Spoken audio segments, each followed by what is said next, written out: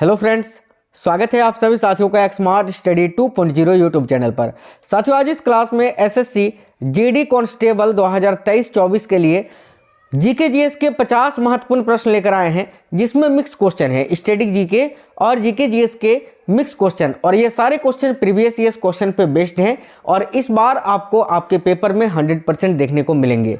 तो बिना स्किप किए हुए हर एक क्वेश्चन को देखना है, क्योंकि ये सारा ही क्वेश्चन मैंने सिलेक्टेड और इंपॉर्टेंट लिया है।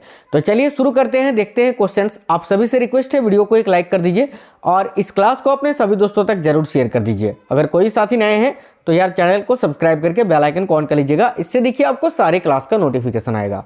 देखिए आज के क्लास का पहला क्वेश्चन है, जानकी रामन समिति का गठन किस उद्देश्य से किया गया था? तो ध्यान से देखिएगा, ये जो जानकी रामन समिति है ये साथियों किस उद्देश्य से गठित की गई थी? तो याद रखना ऑप्शन नंबर डी करेक्ट होगा। देखिए, बैंकों की प्रतिभूतियों के सौदों की जांच हेतु। तो राइट आंसर है ऑप्शन नंबर डी। आगे देखिए, मराठा साम्राज्य का अंतिम पेशवा कौन था? तो भाई देखिएगा, मराठा साम्राज्य का जो अंतिम पेशवा था वो कौन था? याद रखिएगा, माधवराव नारायण। यानी राइट है option number C, Madhavrao Narayan, जो कि मराठा साम्राज्य का अंतिम पेशवा था। आगे देखिए, निम्नलिखित में से कौन सा खनिज केरल में बहुतायत से मिलता है? देखिएगा, तो इनमें से वो कौन सा खनिज है जो केरल राज्य में सबसे अधिक मात्रा में पाया जाता है? तो याद रखिए मोनाजाइट। साथियों, मोनाजाइट से ही थोरियम को निकाला जाता है, याद रखना। आगे देखिए, भारत में सबसे पहला सूती वस्त्र मिल किस शहर में स्थापित किया गया था? तो देखिए, भारत में सबसे पहला सूती वस्त्र मिल अगर पूछे किस शहर में, तो बंबई में स्थापित किया गया था, याद रखना ऑप्शन नंबर बी बंबई। अगला, स्थायी बंदोबस्त के तहत जमींदार को पूरे लगान यानी भू राजस्व का कितना प्रतिशत राज्य को देना तय किया गया था? तो याद रखिएगा 89%, ऑप्शन नंबर ए। नेक्स्ट क्वेश्चन है, निम्नलिखित में से किस फसल में उत्तर प्रदेश जो है भारत में सबसे बड़ा उत्पादक नहीं है? यानी इनमें से किसका उत्तर प्रदेश में सबसे अधिक उत्पादन नहीं होता है? तो देखिएगा, यहाँ पर चावल आपको दिख रहा है, तो साथियों चावल का सबसे अधिक उत्पादन तो पश्चिम बंगाल में होता है, वेस्ट बंगाल में, तो यही आपका राइट आंसर होगा, चावल। आगे देखिए, सुगंध विरहित यानी करों को हटाने वाला की उपाधि किस चोल शासक ने धारण की थी? तो देखिए, सुगंध विरहित की उपाधि किस चोल शासक ने धारण की थी? तो याद रखिए राजेंद्र तृतीय ने, जिनको कुलोतुग चोल प्रथम के नाम से भी जाना जाता था। ऑप्शन नंबर सी करेक्ट होगा। सती प्रथा का अंत करने तथा ठगी को समाप्त करने का श्रेय किसको जाता है? तो साथियों याद रखिएगा लॉर्ड विलियम बेंटिंक को। करेक्ट है ऑप्शन नंबर बी। नेक्स्ट है, मीमांसा या पूर्व मीमांसा दर्शन के प्रतिपादक कौन है? तो देखिएगा, मीमांसा या पूर्व मीमांसा दर्शन के प्रतिपादक कौन है? तो याद रखिएगा जैमिनी, ऑप्शन नंबर ए। क्वेश्चन नंबर 10 है, किस बादशाह के आदेश पर मुगल सेना ने 1686 ईस्वी में हुगली पर आक्रमण कर अंग्रेजों को निकाल बाहर किया था? तो राइट आंसर होगा साथियों औरंगजेब के आदेश पर, ऑप्शन नंबर ए औरंगजेब। स्वराज पार्टी की स्थापना किस वर्ष की गई थी? तो देखिए, चित्तरंजन दास और मोतीलाल नेहरू ने स्वराज पार्टी की स्थापना की थी, और किस वर्ष? तो याद रखिए 1923 में। देखिए राइट होगा ऑप्शन नंबर डी। आगे देखिए, पड़ोसी देश अफगानिस्तान में अपनी शाखा खोलने वाला भारत का प्रथम राष्ट्रीयकृत बैंक कौन सा है? देखिएगा, राइट आंसर हो जाएगा साथियों PNB, Punjab national bank, option number D. आगे देखिएगा, मीनाक्षी मंदिर कहाँ स्थित है? तो देखिए, मीनाक्षी मंदिर जो है ये आपका मदुरई में स्थित है, option number B Madurai. Bharat सरकार के बजट के कुल घाटे में किस घाटे का सबसे अधिक योगदान है? याद रखिएगा, भारत सरकार के बजट के कुल घाटे में किस घाटे का सबसे अधिक योगदान होता है? तो राजकोषीय घाटे का, ऑप्शन नंबर सी राइट होगा। सातवाहन शासकों की राजकीय भाषा क्या थी? तो साथियों देखना, सातवाहन शासकों की जो राजकीय भाषा थी वो थी प्राकृत। सातवाहनों की राजधानी कहाँ थी? तो प्रतिष्ठान या पैठन में, याद रखना पूछा जाता है।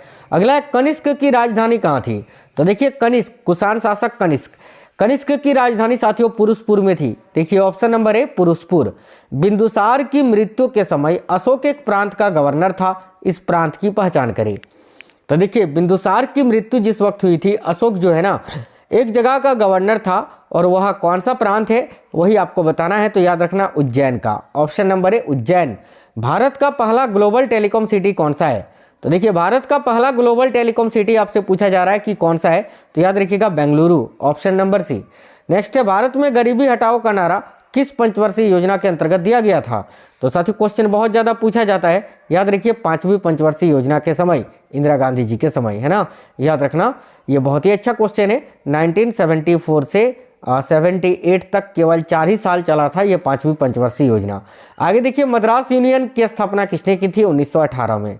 तो देखिए मद्रास यूनियन की स्थापना बीपी वाडिया ने की थी, याद रखिएगा ऑप्शन नंबर सी।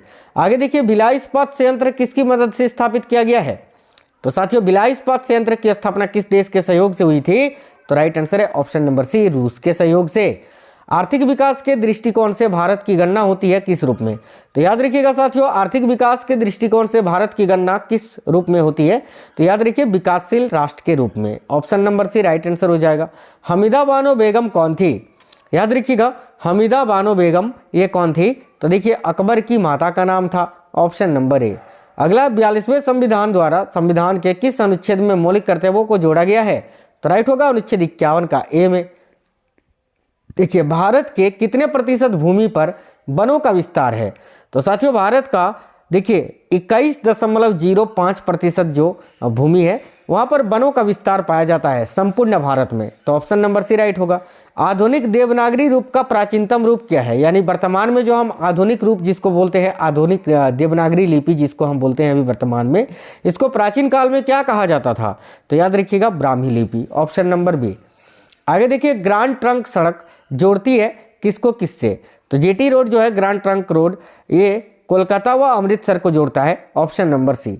आगे देखिए यदि राष्ट्रपति द्वारा किसी विधेयक को पुनर्विचार के लिए लौटाया जाता है तो वह किस वीटो का प्रयोग करता है? तो साथियों देखिए काफी अच्छा क्वेश्चन है, याद रखना निलंबनकारी वीटो का, ऑप्शन नंबर बी। सर्वोच्च न्यायालय की व्यवस्था भारतीय संविधान में किस देश से लिया गया है? तो देखिएगा यहाँ आपका करेक्ट होगा यूएसए से, option number B United States of America. कुषाणों का संबंध किससे था? तो साथियों याद रखिए कुषाणों का संबंध था चीन के यूची जनजातियों से, option number C right answer है। अगला पेंट में क्रोमियम ऑक्साइड का एक संगठक के रूप में प्रयोग क्या पाने के लिए किया जाता है? तो देखिए पेंट में क्रोमियम ऑक्साइड का एक संगठक के रूप में प्रयोग जो है हरा रंग के लिए किया जाता है, हरा रंग पाने के लिए, ऑप्शन नंबर ए। अग्नि निर्जा रोग किससे संबंधित है? तो देखिए अग्नि निर्जा नामक ये जो रोग है ये सेब को प्रभावित करता है, एप्पल में होता है, ऑप्शन नंबर ए। वायु में अपेक्षिक आर्द्रता मापने हेतु प्रयुक्त उपकरण कौन सा है? याद रखिएगा वायु में अपेक्षिक आर्द्रता को मापने हेतु प्रयुक्त उपकरण है हाइड्रोग्राफ, ऑप्शन नंबर ए। नेक्स्ट है निम्नलिखित में से कौन सा गुजरात का बंदरगाह कस्बा नहीं है? तो वह गुजरात का बंदरगाह कस्बा इनमें से कौन सा नहीं है? बोरावाल भी है, पोरबंदर भी है, ओखा भी है, जामनगर नहीं है। जामनगर में तेल रिफाइनरी स्थित है, ऑप्शन नंबर ए करेक्ट होगा जामनगर। गौतम बुद्ध का गुरु कौन था? तो साथियों देखिए गौतम बुद्ध का गुरु कौन था ये पूछ रहा है, तो याद रखिए आलार कलाम, ऑप्शन नंबर बी। आगे देखिए संघात्मक शासन व्यवस्था को सर्वप्रथम किस देश ने अपनाया था? यानी संघीय व्यवस्था को सर्वप्रथम किस देश ने अपनाया था? तो याद रखना कनाडा ने, ऑप्शन नंबर सी। आगे देखिएगा बौद्ध जैन एवं ब्राह्मण धर्मों में कौन सी धारणा एक जैसी थी? तो याद रखना इन तीनों ही धर्म में जो कर्मवाद का सिद्धांत था वो एक जैसा था, तो ऑप्शन नंबर ए करेक्ट हो जाएगा। गुप्त शासकों द्वारा जारी किए गए चांदी के सिक्के क्या कहलाते थे? तो याद रखिएगा साथियों गुप्त शासकों के द्वारा जारी किए गए जो चांदी के सिक्के होते थे उसको रूपक कहा जाता था और सोने के सिक्कों को दिनार कहा जाता था। आगे देखिए भारत का आर्थिक सर्वेक्षण प्रत्येक वर्ष सरकारी तौर पर प्रकाशित किया जाता है किसके द्वारा? तो साथियों राइट आंसर होगा ऑप्शन नंबर ए वित्त मंत्रालय के द्वारा। नेक्स्ट है चाय के उत्पादन में भारत का विश्व में कौन सा स्थान है? तो याद रखना चाय के उत्पादन में भारत का दूसरा स्थान है पूरे विश्व में, तो ऑप्शन नंबर बी करेक्ट होगा सेकंड। उस यंत्र का नाम बताइए जो कंप्यूटर को टेलीफोन लाइन से जोड़ता है? तो देखिए ऑप्शन के अकॉर्डिंग आपका राइट आंसर होगा ऑप्शन नंबर बी मोडेम। आगे देखिए सबसे अधिक विद्युत ऋणात्मक तत्व कौन सा होता है? तो याद रखना सबसे अधिक विद्युत ऋणात्मक तत्व है आपका फ्लोरीन, ऑप्शन नंबर सी। आगे देखिए कौन सी दवा पादप की छाल से प्राप्त की जाती है? तो देखिए ना इनमें से वो कौन सी दवा है जो कि पादप की छाल से प्राप्त की जाती है? तो राइट होगा ऑप्शन नंबर डी कुनेन, जो कि सिनकोना के वृक्ष से प्राप्त होता है, मलेरिया के उपचार में काम आता है। कोशिकीय व आणविक जीव विज्ञान केंद्र ये कहाँ पर स्थित है? तो साथियों देखिए कोशिकीय व आणविक जीव विज्ञान केंद्र जो है ये आपका हैदराबाद में स्थित है साथियों, option number D Hyderabad. Steel में कार्बन का प्रतिशत कितना होता है? ये भी क्वेश्चन काफी चर्चित है, याद रखना 0.1 to 1.5%, ऑप्शन नंबर ए। आगे देखिए मानव शरीर का सबसे बड़ा अंग कौन सा है? तब देखिएगा मानव शरीर का सबसे बड़ा अंग है चमड़ी, स्किन। यहीं पर अगर ग्रंथि पूछता तो यकृत करेक्ट आंसर होता। अगला क्वेश्चन है प्रकाश एक प्रकार की विद्युत चुंबकीय तरंग है, यह सर्वप्रथम किसने बताया था? तो देखो इस कथन को सबसे पहले मैक्सवेल ने कहा था, ऑप्शन नंबर डी। आगे देखिए विश्व में कॉफी का अधिकतम उत्पादक देश किस देश में होता है, यानी पूरे संपूर्ण विश्व में कॉफ़ी का सबसे अधिक उत्पादन कहाँ होता है, कहवा का, तो याद रखना ब्राज़ील में। आगे देखिए, कराईकल, माहे यानाम सहित पुडुचेरी की फ्रांसीसी बस्तियों को फ्रांसीसी सरकार ने किस वर्ष भारत को अध्यार्पित कर दिया था, तो राइट होगा साथियों 1954 में, ऑप्शन नंबर बी। आगे देखिए, संविधान के किस अनुच्छेद के अंतर्गत मंत्रीगण सामूहिक रूप से लोकसभा के प्रति उत्तरदायी होते हैं, तो राइट आंसर है अनुच्छेद 75 के तहत, ऑप्शन नंबर सी। आगे देखिएगा, अंतिम क्वेश्चन है ये, देखिए वर्ष 1906 में बंबई में दलित वर्ग मिशन समाज की स्थापना किसने की थी, तो याद रखना राइट आंसर होगा BR सिंधे ने, ऑप्शन नंबर ए। आज के इस क्लास में 50 क्वेश्चंस थे जो कि काफ़ी महत्वपूर्ण थे, और उम्मीद करते हैं आपको ये क्वेश्चंस पसंद आए हैं और इम्पोर्टेंट लगे हैं। तो एक लाइक जरूर कर देना और अपने सभी दोस्तों तक जरूर शेयर करना। नए साथी अगर आप में से कोई भी हैं, सब्सक्राइब कर लीजिए चैनल को और बेल आइकन ऑन कर लीजिएगा। चलिए साथियों, तो मिलते हैं नेक्स्ट वीडियो में, तब तक बिल्कुल स्वस्थ रहें। जय हिंद सभी साथियों को, वंदे मातरम, जय हिंद।